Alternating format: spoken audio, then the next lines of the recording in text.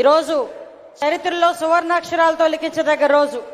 రాజమహేంద్రవరంలో గోదారమ్మ పరవళ్లు పక్కన విశ్వవిఖ్యాత నట సార్వభౌమ నందమూరి తారక రామారావు గారి శత జయంతోత్సవాల్లో ఈ మహానాడు కార్యక్రమంలో భాగస్వామ్యం అవడం ఒక ఎత్తైతే, ఇటువంటి మహావేదిక మీద మాట్లాడే సువర్ణ అవకాశం నాకు ఇచ్చినందుకు నా పూర్వజన్మ సుకృతంగా భావిస్తూ ఈ అవకాశం ఇచ్చిన జాతీయ పార్టీ అధ్యక్షులు, రాబోయే మహానాడులో ముఖ్యమంత్రిగా ప్రమాణ స్వీకారం చేయబోయే మన అన్న చంద్రబాబు నాయుడు గారికి ప్రత్యేకంగా ధన్యవాదాలు, నమస్కారాలు తెలియజేసుకుంటూ, యువగలంతో తన గలం కలుపుతూ అడుగడుగునా కూడా అవతల వాళ్ళ గుండెల్లో రైళ్లు పరిగెట్టిస్తూ ఎక్కడా కూడా తొనకకుండా బెనకకుండా తాతగారి పౌరుషం, తండ్రి గారి విజ్ఞానంతో ముందుకెళ్తూ వచ్చేవాడిని అడ్డుపట్టించడమే కాకుండా ఇంకో ఒక్క సంవత్సరం లోపులోనే తెలుగుదేశం పార్టీని అధికారంలోకి తీసుకొస్తున్నాం, ఇది తథ్యమని చెప్పిన నా కార్యకర్తలందరికీ కూడా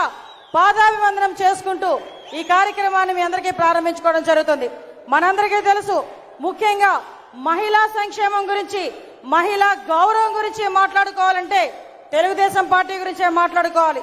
అన్న నందమూరి తారక రామారావు గారు ఏ ముహూర్తాన ఈ పార్టీ పెట్టారో గాని ఒంటింటికే పరిమితమైపోయిన ప్రతి ఆడబిడ్డకి గౌరవం తగ్గిందంటే అది తెలుగుదేశం పార్టీలోనే.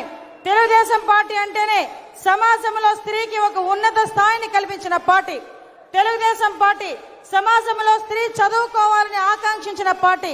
తెలుగుదేశం పార్టీ స్త్రీని రాజకీయాలకి పరిచయం చేసిన పార్టీ. అటువంటి తెలుగుదేశం పార్టీ ఇప్పుడు ఎప్పుడు ఎల్లప్పుడూ కూడా తెలుగు మహిళలకే కాకుండా రాష్ట్రంలో ఉన్న ప్రతి మహిళకి కూడా భద్రత కల్పిస్తూ, భరోసా కల్పిస్తూ, సాధికారత కల్పిస్తూ మహిళా అభ్యున్నతే ధ్యేయంగా ముందుకు తీసుకెళ్తున్న మన తెలుగుదేశం పార్టీకి ఈ రోజుకి 100 సంవత్సరాలుగా మనం భావించాలి. ఎన్టీ రామారావు గారి తర్వాత ఈ పార్టీ పగ్గాలు చేపట్టిన మన అన్న అరిక్కుపోతుంది ఒక తల్లిగా, కడుపులో దేవేసినట్టుంటుంది ఒక తల్లిగా. అరే, అలాంటి బిడ్డని ఎవరైనా బిడ్డగా ఊహించుకుంటాడా? కనీసం ఒక్కసారి మీరు చెప్పండి.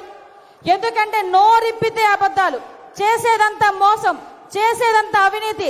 16 నెలల కాలం చిప్పకూడు తిని సుమారుగా 45,000 కోట్లు దొబ్బేసి ఈ రోజు బయటకు వచ్చి మాట తప్పి మడమ తిప్పి అధికారం గురించి కోడికత్తుతో పొడిపించుకోవడమే కాకుండా అధికార కాంక్షతో సొంత బాబాయినే చంపించిన ఇలాంటి వాడిని ఎవడైనా బిడ్డ కింద కావాలనుకుంటాడా?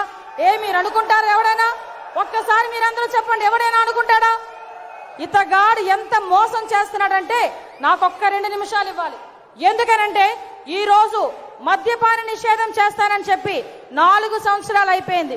ఇంకొక సంవత్సరంలో ఏ మద్యపాన నిషేధం చేస్తాడో నాకైతే తెలియదు. కానీ ఇదే మద్యపాన నిషేధం చేయకుండా ఆ మద్యం మీద వచ్చిన డబ్బులతోనే సంక్షేమ కార్యక్రమాలు ఇస్తున్నాడు.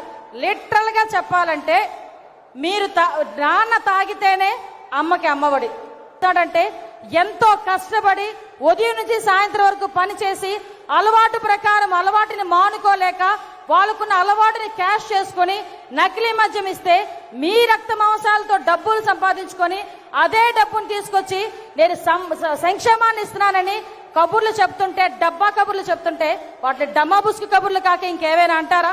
ఇది మోసపు గవర్నమెంట్ అని కాకుండా ఇంకేమైనా అంటారా? ఈ మధ్య కాలంలో ఇంకోటి నేర్చాడు, జగన్ అన్న మా నమ్మకం స్టిక్కర్. నువ్వు నేను వేసుకో కాడు తమ్ముళ్ళు, మనోడే వచ్చేస్తాడట జగన్ అన్నే మా నమ్మకం అని. ఇంకో దౌర్భాగ్యం ఏంటంటే ఆ స్టిక్కరు వీధుల్లో కుక్కలకు కూడా నచ్చట్లే, వీధుల్లో కుక్కలకు కూడా నచ్చట్లే. ఎక్కడ స్టిక్కర్ అంటిస్తే చాలు కుక్క వచ్చి పీకెళ్ళిపోతుందంట. అంటే విషయం ఏంటంటే ఈరోజు ఏ విధంగా నమ్మాలి, ఎందుకు నమ్మాలి? ఇన్ని రకాలుగా మహిళలు మోసం చేస్తున్నందుకు నమ్మాలా?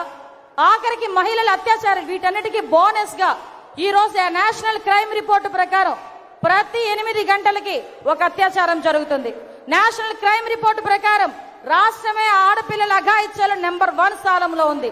ఈ రోజు ఇంతమంది ఆడబిడ్డల తాలూకా ఉసురు తగులుతా ఉంటే నీకు నవ్వెలా వస్తుందయ్యా సైకో సీఎం? ఈ విషయం మిమ్మల్ని అందరినీ కూడా చాలా ఆశగా అడగాలనుంది నాకు. ఎందుకనంటే ఈ రోజు అత్యాచారాలు పెరిగిపోయి, హత్యలు పెరిగిపోయి, వాటి గురించి మాట్లాడయ్యా అంటే వాటి గురించి మాట్లాడు. దిశా చట్టం తీసుకొచ్చానంటాడు. 4 సంవత్సరాలు 40 సార్లు ఢిల్లీ వెళ్ళిన దిశా చట్టం గురించి మాట్లాడు. ఇలాంటి వ్యక్తి ఒక్కసారి మళ్ళీ ముఖ్యమంత్రి అయితే మన రాష్ట్రంలో ఎన్ని పరిస్థితులు ఉంటాయో మనందరం కూడా అర్థం చేసుకోవాలి.